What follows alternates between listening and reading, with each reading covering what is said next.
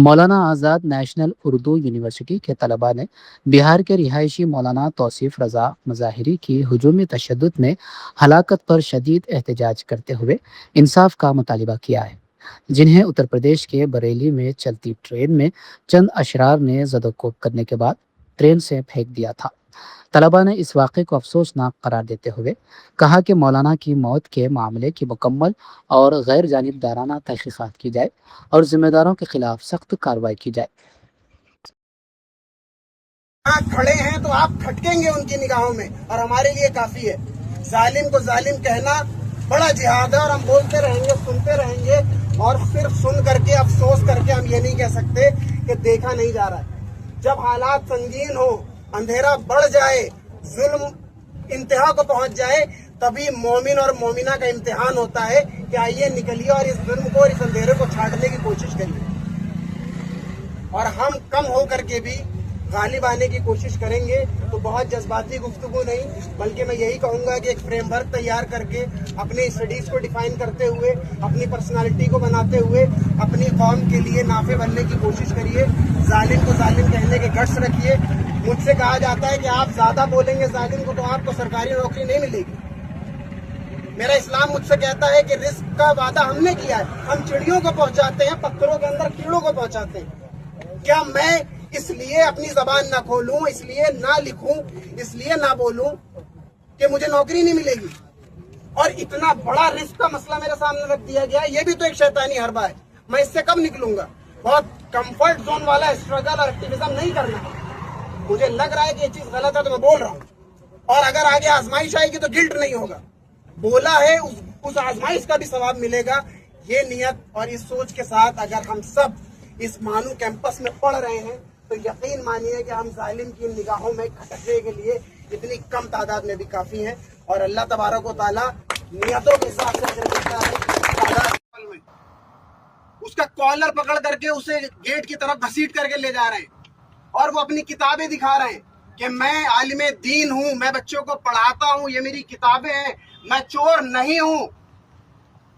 لیکن انہیں معلوم تھا کہ یہ شخص چور نہیں ہے۔ ان کی داڑھی، ان کا لباس ان کو چبھ رہا تھا۔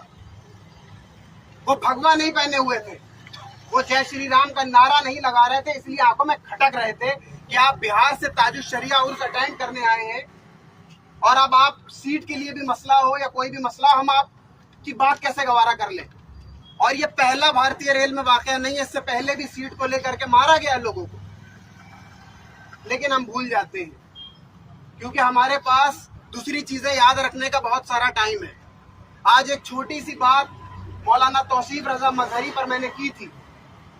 ایک دو لوگوں نے مجھ سے یہ پوچھا یہ کون ہے، ان کے ساتھ کیا ہوا ہے؟ تو میں نے کہا کہ آج کے دور میں اگر آپ کو نہیں معلوم کہ ظلم کہاں ہو رہا ہے اور انٹرٹینمنٹ کدھر ہے، تو آپ کا الگوریدم سیٹ ہے انسٹا پر اور فیس بک پر اور یوٹیوب پر کہ آپ صرف انٹرٹین ہوں گے۔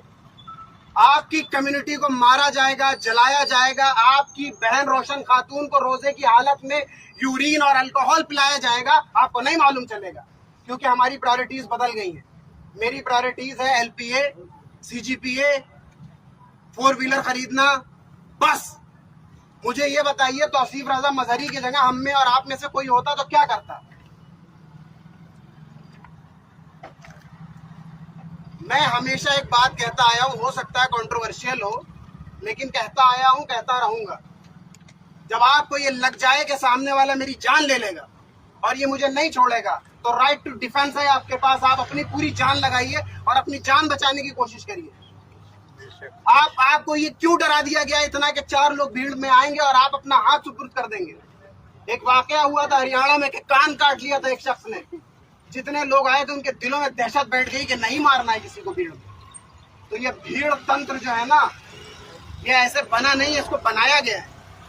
اور یہاں ابھی جو میرے بھائی نے بات کہی تھی، بہت صحیح بات ہے کہ ہمیں اپنے نعرے بھی ڈیفائن کرنے ہوں گے، ہمیں اپنا فریم ورک بھی ڈیفائن کرنا ہوگا، ہمیں میڈیا میں اپنی موجودگی بھی درج کرنی ہوگی، ہمیں ان پلیٹ فارم کو چوز کرنا ہوگا اور سننا ہوگا کہ ہم اپنی بات کیسے پہنچا سکتے ہیں۔